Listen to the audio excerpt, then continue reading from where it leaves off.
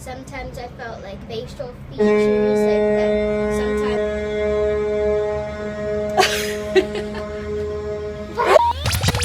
Sup, YouTube? Sup, YouTube? This is Lake and Bay and Sam, and we're giving you our Mixed Girl 10. Question number 1. What do you identify as? I identify as a Jam Cam. It stands for Jamaican Canadian. My mom, she is white. She is Canadian, English, Scottish, German, French. And my dad, he is Jamaican. I identify as biracial. Biracial is two races together.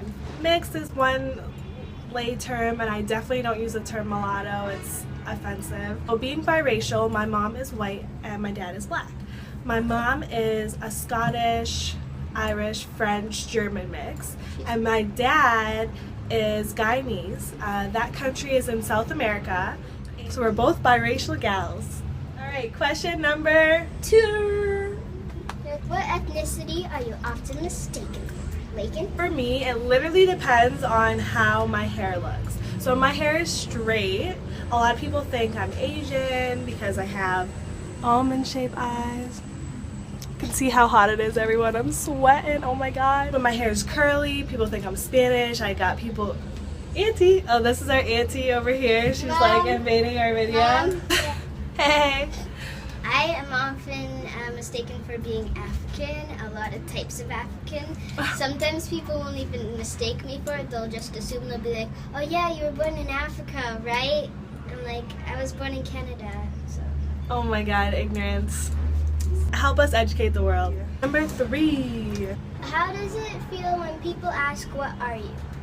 Okay, I'm racially ambiguous. So looking at me, you don't really know where I'm from, what I'm mixed with, etc. So oftentimes I get people saying, hey, what are you? What are you? Like I'm not a human being or something. It's a blessing and a curse because, yes, thank you for telling me that, you know, I look exotic, but you're also trying to fit me into your box because I'm a big question mark. If you're one of those people, don't just go up to someone and ask, what are you? Because it's a bit too invasive. To me, I don't really get people asking me, what are you? They'll just be like, you're African, right? You're adopted, right? You're like, they'll just like say that I'm that, and when I disagree with them, then they kind of get to find out what I am. Oh my gosh. You definitely need to grow up in Ontario. Question number 4. I'm ashamed of being biracial. Sometimes I feel ashamed because, like, growing up, like, I see girls that have long, luscious hair, and they look all pretty, and they can, like, go in the water all the time, and, like, washing it out's no hassle, whereas my hair, it can take, like, 2 to 3 hours just to, like, do a simple wash. I grew up in a white community, and I kind of felt always, like, why can't I be like them? Why can't I have hair like them? Why can't I look like them? Aw, Sam. Yeah. But know that your hair is great and curls are amazing, and look at these braids, they're awesome. You'll never be ashamed of your hair, it's just different. I remember feeling like that at her age where I wanted my hair to be pinned straight like my white friends and never could be. And it's tough when you don't have black figures or biracial figures or minority figures in your face to let you know that your hair and your skin is beautiful. So one reason I felt ashamed of being biracial actually has to do with the black community and this kind of privilege that you get for being of lighter skin. I have a brother on my dad's side who's very, very dark, and when he looks at my skin, he wishes that he had my color. And it makes me feel so sad because I know that he looks at me as more beautiful just because something that I never asked for. And I might walk through the world having a different experience than him because I look more racially ambiguous, so they don't automatically judge me with labels. So that is something kind of hard I've had to deal with because other people don't get the same treatment as me based on the color of my skin. For me also, it's not just the hair that I kind of felt ashamed of. Sometimes I felt like facial features, like that. Sometimes like I felt that. Why you interrupt me? Anyways, I felt like I wished I had a smaller nose or I looked different or something. sometimes when I watched the TV, I saw these white models and how pretty they looked, and I wish I could be like them. Aw, Sam, you gotta love you, boo. I know you have an awesome family that supports you and shows you how lovely you are. Like, being mixed is amazing. Question numero 5. Was coming from different backgrounds challenging growing up? To me, it was quite challenging growing up because people saw me with my mom. They'd often expect I'm adopted and ask me if I'm adopted. It kind of hurt inside for people to think that I didn't come from my own mom. Sometimes I felt like I was treated differently just because of my color. So for me, I grew up mostly with my mom's side of the family. So I kind of got all of my mom's culture, which is like camping and, you know, ketchup and Canadian food. So I just didn't know my other side that well growing up. It was just kind of hard to identify, and it was kind of like the outside world when they see my mom and she'd see that she's white and I was this little brown girl. They wouldn't understand. 6. Which backgrounds do you embrace the most? Can I go first? Yeah, you go first because this is a loaded question for me. I kind of grew up with my mom more, so I got used to my mom's traditions, and like I did some stuff that my dad wouldn't have maybe celebrated.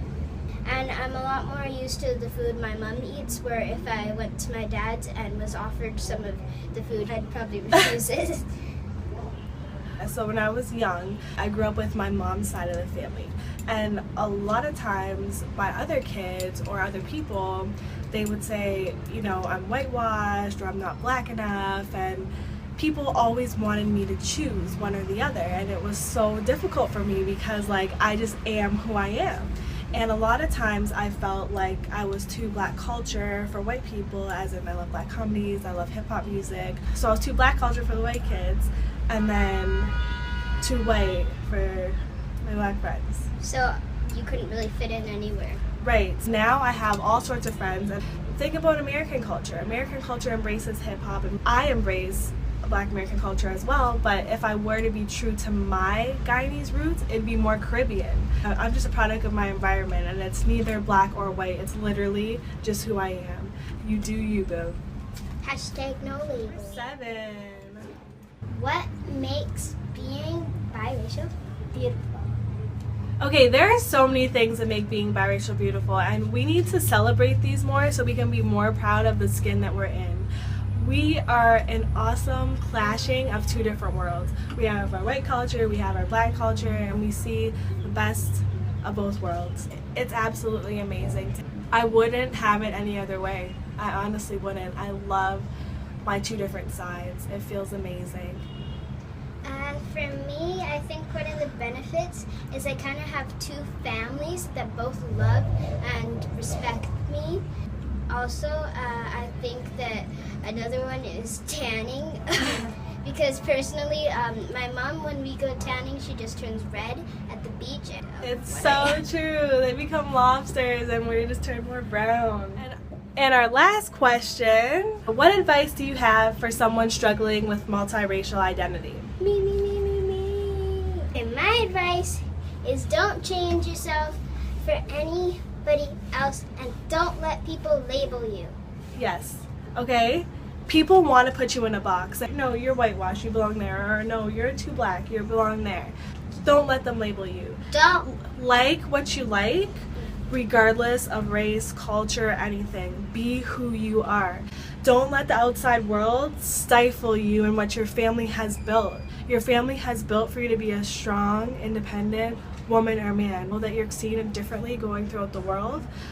Just love yourself and the skin that you're in. Stand strong in exactly who you are and who you want to be.